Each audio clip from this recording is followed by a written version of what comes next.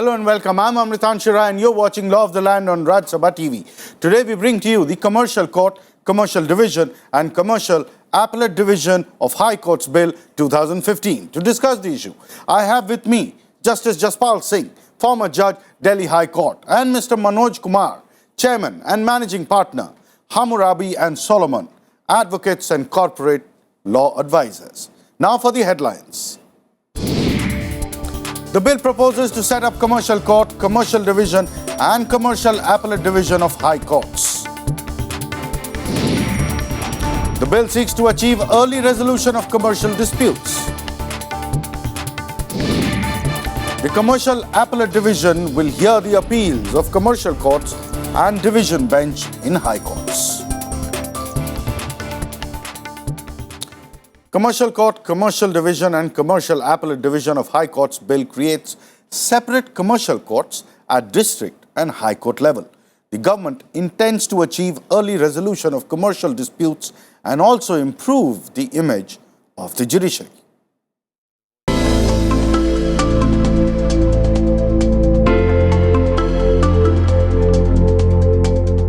The proposal to provide for speedy disposal of high-value commercial disputes has been under consideration for quite some time. The high-value commercial disputes involve complex facts and question of law. There is a need to provide for an independent legal infrastructure for their early resolution. Early resolution of commercial disputes is expected to create a positive image to the investor world about the independent and responsive Indian legal system. Political gain will be benefit to them. They will go to confine to one court. They will not run from pillar to post for everything. They will go except in one designated court which is dealing with that matter, and there will be a quick and fast trial of the suits. If the bill finds favor with the lawmakers, it is expected to ease out commercial disputes. Let's look at the positive advantages to business. The bill is likely to ensure speedy disposal of high-value commercial cases at a reasonable cost to the litigant. The minimum pecuniary jurisdiction of such commercial courts and commercial division is proposed as 1 crore rupees. The commercial disputes judgments will have to adhere to a timeline of 90 days, within which the judge will have to pronounce the judgment after arguments are concluded. Through this bill, commercial divisions will be set up at the district level. The state government will be expected to provide necessary infrastructure to facilitate the working of a commercial court or a commercial division of a high court. Commercial transactions are always, by and large, much more than the value of 1 crore. So if by virtue of this bill, the government wants speedy disposal, so far as the commercial disputes are concerned, the jurisdiction must be enhanced. The Law Commission in its report had recommended the creation of commercial division in each High Court. Accordingly, the Commercial Division of High Courts Bill 2009 was introduced and passed by the Lok Sabha. However, during the discussion of the aforesaid bill in the Rajya Sabha, some members raised certain issues. So the matter was again referred to the Law Commission for its examination. The Law Commission in its report has recommended for the establishment of the commercial courts, the commercial divisions and the Commercial Appellate Division in the High Courts for the disposal of commercial disputes of a specified value. This bill seeks to bring in uniformity across the country with regards to commercial disputes of a specified value. This will help reduce the burden of high courts and facilitate fast disposal of cases in India. With camera person Chetan, Dipali Pandit for Rajya Sabha Television. All suits of value of 1 crore rupees or more that are pending in the High Court are expected to be transferred to the Commercial Division after it's constituted. My question straight away, sir, the point that you were making. How do you see this entire Law Commission report setting up 3 courts, Commercial Court, Commercial Division and Commercial Appellate at the High Court level and below? Will it serve the purpose? The intention is speedy trial,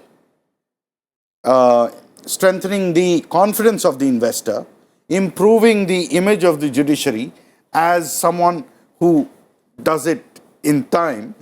All this keeping in mind the intention, do you see the way it has been drafted, it being implemented? Well, I must say that in 60s, there used to be a commercial sub-judge. And I remember Mrs. Duggal was the commercial sub-judge, who later on distinguished herself as a judge of Delhi High Court. Those commercial courts, they functioned for a pretty long time. And later on, they were abolished. I think the Law Commission ought to have gone into this as to why that system was Discontinued. not followed. What happened? What were the disadvantages? What were the practical difficulties? Especially when the chairman happened to be the Chief Justice of Delhi High Court at one time, and two of the members of the commission, they were members of the subordinate judiciary. They ought to have gone into this aspect. That was a very good material available to them. But I find from the report that they have gone to UK, they have gone to other countries, but they have forgotten their own home and the experience which we had here. Now, number one. Number two, the emphasis is mostly on this. It will improve the image of the judiciary. Well, the image is already there. We have a wonderful judiciary. The only thing is practical difficulties. Decide within 60 days, decide within this much time. We have Hindu Marriage Act, for example. It says the matter has to be decided within 6 months. It's in the statute. Today, if you look into the courts of Delhi, you will find that even for written statement, a date is given beyond 6 months. Years and years go by and the matters are not decided. What is the use of these statutory provisions if practically they are not followed? What is the problem in following it practically? You see, the problem is there are a number of problems. These people in the Law Commission were aware of it. But then making general observations, we have to look into this or that, these are practical difficulties. The pendency. It's very difficult to cope with so many matters. You don't have a number of competent hands. Infrastructure issues. So these are the issues. Otherwise, the law is there. Decide within 6 months. Do you subscribe and agree with sir on the infrastructure issue? That's the biggest point. That everything is fine in as far as policy is concerned, but if you don't allocate funds, if you don't provide me infrastructure, I will not be able to keep to the timeline of 90 days or 60 days or 6 months, whatever timeline you prescribe in the policy. Is that a reality? Well, I would like to respond like this. One, just making the law is not the answer. Number two, the human element of this has to be kept in mind. It's a judge who is a human being. How do we create an environment that the disposal process increases? That partly, yes, infrastructure is the issue. Partly the entire approach of litigants and the people surrounding or the stakeholders in the litigation process. So when we talk about the timeline of 6 months, the way it is provided here, just providing the end date is not an answer. There has to be a timeline provided for each stage of the litigation. The initial filing, the evidence, the completion of pleadings, the completion of evidence, hearing, those timelines, and they should be sacrosanct. The use of the term endeavor, that the court will endeavor to finish in 6 months, that is not going to answer any of these problems. The pendency would still continue because the systemic changes are not happening. And infrastructure, do you see abundant infrastructure available with courts, or that needs to be perked up? Well, it's always a catch-22 situation. In some courts, you see that there's a shortage of judges, and there's abundance of infrastructure. There are empty courts, and there are no judges sitting there. In some cases, in some courts, the issue is reverse. Here we are talking about setting up parallel courts all across districts. So here, obviously, infrastructure will be a major handicap. Because you're looking at creation of a completely new court, and the state governments are supposed to fund it. So everything that goes with funding in consultation with the High Court. With the High Court. With the High Court. So that's the administrative challenge. On the drafting part, you were making a point, sir. Yes, I have gone through the report of the Law Commission once again. And unfortunately, and with all respect to the Law Commission, it's a discussion in the periphery. They have forgotten the bones, and the bones are provided by the bill. And I find that accepting one observation that there is need to look into Code of Civil Procedure and how the amendments are to be made, accepting that, I find no discussion on the provisions of the bill at all. For example, I'll tell you number of problems in the act, in the proposed bill. If we look into section 2(4), it includes transactions relating to aircraft, aircraft engines, aircraft equipment, and helicopters. Now, do I take it that the helicopters have no engines or they have no equipment? Yeah, that's a very unique thing you pointed, sir. Because when you are reading the law, that is the biggest challenge that the judge has to, face, is what is codified. You have to go according to what has been written. The act. And if there is a matter relating to a helicopter engine, then you have got no guidance. No guidance. No from guidance, the law. Absolutely. And then you have to use your own wisdom. Yes. Is that the point you're making, Yes. sir? And look into yet another. Again, section 2, which defines commercial things. An agreement relating to immovable property used exclusively in trade or commerce. Now, it's fine. But then the problem is, supposing there is a petition under section 27 of the Hindu Marriage Act after the divorce, and the wife says, there is an agreement between me and my husband with regard to this property used exclusively in trade or commerce, that it will come to me. Will it go there? No, another. The husband says, there is no agreement. Now, who will decide whether there is an agreement? And if there is an agreement, then you take away the jurisdiction of 27 and go to the commercial court. Very beautifully put, sir. You have pointed out the lacunas in the drafting part, sir. But last point, Manoj, on the point of implementation. We will take your points in the second segment. On the point of implementation, state governments will be responsible. Do you really feel? Look at the entire, because this policy is not for Delhi. Yes. This is for the entire country, all the states, every district. Now, state government becomes the implementing authority, the highway through which these courts need to be established in consultation with the High Court. High Court. Are we ready for it?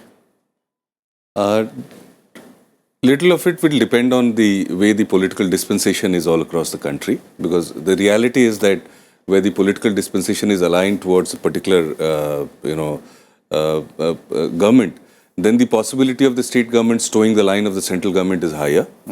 So that is the practical side of things. The other side from the bill and the way the entire thing is supposed to proceed, the state governments would be confronted with the burden of setting up these courts, to provide the cost for it and the budget for it. At the same time, they have to justify what are they incurring the cost for. You have already fixed the specified value at 1 crore, which could be unrealistic in the local domain for a lot of states.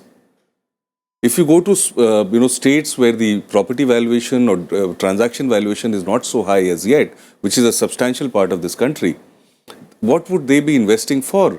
How many of the cases would actually be more than 1 crore of disputes? Circle rates are far lower than that. So what will they achieve just by setting up the courts, and there will be hardly anything of the pending cases which would qualify to go to that court.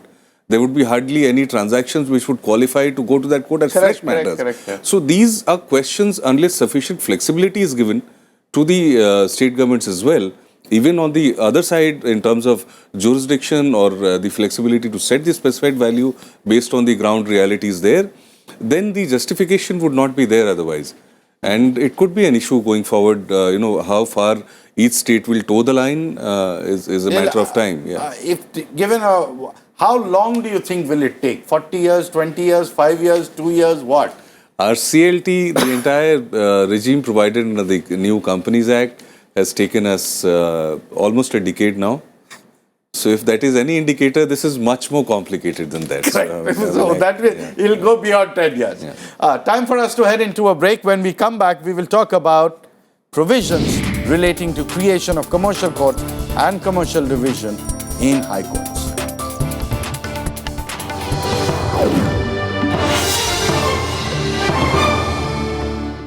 Welcome back. Barring high courts having ordinary original civil jurisdiction, commercial courts will be set up in all districts. The Commercial Appellate Division will be set up in all the high courts to hear the appeals against the orders of the commercial courts and the orders of the Commercial Division of the High Court. It is proposed to have a streamlined procedure which is to be adopted for the conduct of cases in the commercial courts and in the commercial divisions by amending the Code of Civil Procedure. This is likely to improve the efficiency and reduce delays in the disposal of commercial cases. The proposed case management system and provisions for summary judgment will enable disposal of commercial disputes in a time-bound manner. The proposed amendments to the Code of Civil Procedure 1908 will also be applicable to the commercial courts and commercial divisions, and it will prevail over the existing High Court rules and other provisions of the Code of Civil Procedure. A delay in disposal of the suit is not only because of the procedural law.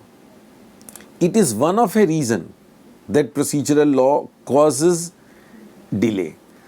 But there are other acts which also causes delay, like Indian Evidence Act.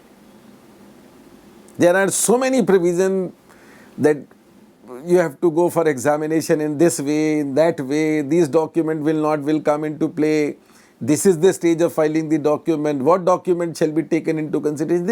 There are so many things which causes a delay. The bill defines how the nomination of judges will happen. The Chief Justice of High Court will determine and nominate the number of High Court judge that would be required for a commercial division of a High Court. Judges will need to have experience in dealing with commercial disputes. The proposed nomination period would either be of 2 years or as determined by the Chief Justice of the concerned High Court. In regards to appointment of commercial court judges, Chief Justice of the concerned High Court would appoint the judge. The senior-most judge would be given the status of the principal judge and will enjoy the powers available to the principal district judge. What the bill tries to do is to bring in case management and efficiency, and that will certainly leave judges with enough time. It will bring in efficiency in the day-to-day functioning and expeditiously help dispose of matters. So in an indirect manner, yes, and I even see this as benchmarking disposal of other matters, non-commercial matters also. So in a manner of speaking, yes, I do see this as unburdening the courts to some extent.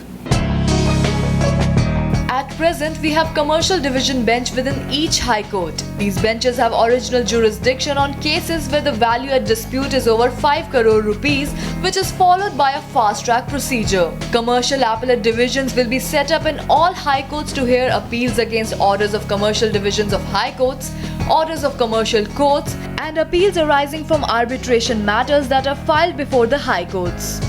The establishment of commercial courts in India can be seen as a stepping stone to bring about reform in the civil justice delivery system of the country. This bill will help in unburdening the existing courts by setting up new courts. These new courts would only settle the commercial disputes. With camera person Chetan, Dipali Pandit for Rajya Sabha Television. Commercial courts equivalent to district courts may be set up in all states and union territories by the state government after consulting with the respective high courts. My point straight away, Manoj, to you is, again, coming back to the pendency. That is one of the biggest deterrents for any entrepreneur in this country. If there is a dispute with the government or with another private entity, and it gets, if there is no speedy disposal, then he is discouraged. And he's constantly going to the courts, his all assets are trapped, and entrepreneurship just dies. So if that is the intention, do you see it really achieving it that way? Pendency. Yes. So typically pendency, conveys a meaning of the pending cases in the court. Probably what you are referring to is the speed of disposal of a case which is of a commercial nature. I would like to take an example of a typical transaction without taking names, where invariably in transactional work, an arbitration clause is provided. Having confidence in the speed of the proceedings, usually it's one of the international chambers of commerce, which is put as a jurisdiction where the tribunal will be constituted. And actually, we have seen in our experience, we've done multiple of these transactions, arbitrations. The tribunals under those international chambers are able to achieve this entire process, including everything that was mentioned by somebody a while back about evidence issues and everything that goes with it. It's just a process that they have, and the process is not compromised. There is a process, a time provided for the pleadings, for the completion of evidence, for everything that you have to say on the evidence about the document, verbal evidence, cross-examination, everything. There's a time band. If you provide it, fine. Otherwise, you lose the opportunity. That's not there here. That's not there here. And that is what is required. So coming back to the bill, I think if we have to take some cues about what could be provided here, which could give confidence to the investor, I think that same transparency and a very clear process, which is not just to endeavor, but to actually implement without an exception. If these two things are brought into the bill, the investor confidence would go much higher, and you could actually see investors not putting an arbitration clause and putting the jurisdiction of the commercial court to dispose that. But that needs to come in.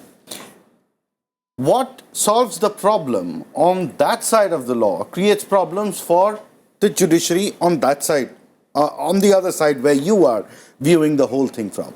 Now, if every process was supposed to be time bound, or there's that timeline and it is prescribed, which is not, in that situation, what would happen? Would you be able to keep up with the existing infrastructure you have?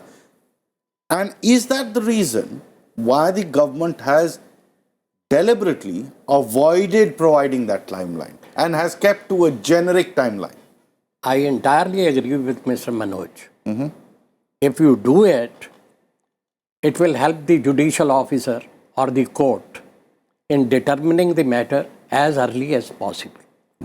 If you are not providing that, then in the interest of justice, another opportunity is granted. See, or if the trial court closes the evidence, the High Court will say, in the heavens would not have fallen had another opportunity been granted. These are the loopholes. There is a lecture on early disposal. You will find it from the report of the Law Commission. But as I earlier said, the bones are missing. So you basically agree. So whether you are on this side of the bench or that side of the bench, it will help the bench if you do like this. There is no option. Or they could have taken an attempt with the commercial courts to make a start and see where it goes. But that is absolutely missing in this bill. See, there are provisions and provisions providing time limit, and the Supreme Court, High Court, Appellate Courts, they are saying, oh, one more opportunity. They are right. If you are not providing in the Act, how can they not provide opportunity? Yes. Anything last that you would like to include in this? Yeah, just one or two things. One, the couple of these suggestions we had made when we had made a presentation to the Select Committee in the Rajya Sabha correct. about 6-7 years ago. One, commercial disputes like any other similar specialized areas like competition or others requires experts in certain domains.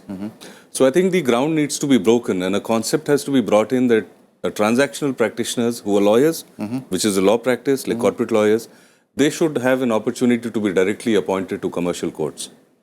To bring in the bandwidth, to understand transactions which are not alien. There's a provision for training, But that training is too far-fetched. Somebody who has practiced or has exposure on the civil side, suddenly transforming into a financial dispute resolution, it's really going to take some time before we have that kind of bandwidth. That is one. Secondly, I think a very beautiful process had started a few years ago about court managers. This is a new start for commercial disputes. I think we should bring in mandatory that every commercial court should have a court manager. A registrar should be left to handling issues of the CPC or the compliance of the quasi-judicial process that he's supposed to handle. Managing the infrastructure should be done by managers who are qualified and trained to manage infrastructure or to manage setups. Court manager process had already started 2 years ago by the Supreme Court initiative. I think that should be brought in and it's a fresh start. It will go a long way in making this entire process fly.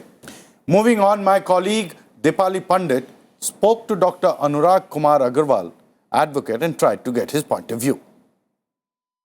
Sir, the minimum pecuniary jurisdiction is proposed as 1 crore rupees. Do you think the amount is satisfactory? In city like Delhi, in city like Mumbai, Chennai, or for that matter any other metropolitan city, in my opinion this amount would be too less because the rates of properties are too high, the value of commercial transactions are equally high, and therefore in these places one need to have a greater value, maybe 5 crore or in between 5 crore or 10 crore. In other places other than metropolitan cities we can have 1 crore, but certainly for metropolitan city this amount is too less. How will the bill benefit the litigants? By introduction of this bill, we are able to create a system which can ensure speedy trial. That would certainly benefit the litigants. But if it is only a change in nomenclature and rest of the system works as it is, then it would certainly not help the litigants. Thank you, sir, for joining us on this discussion. It's time for us to end the show. You can email your suggestions and comments to law.rstv@gmail.com. You can also watch our shows on the RSTV page of YouTube.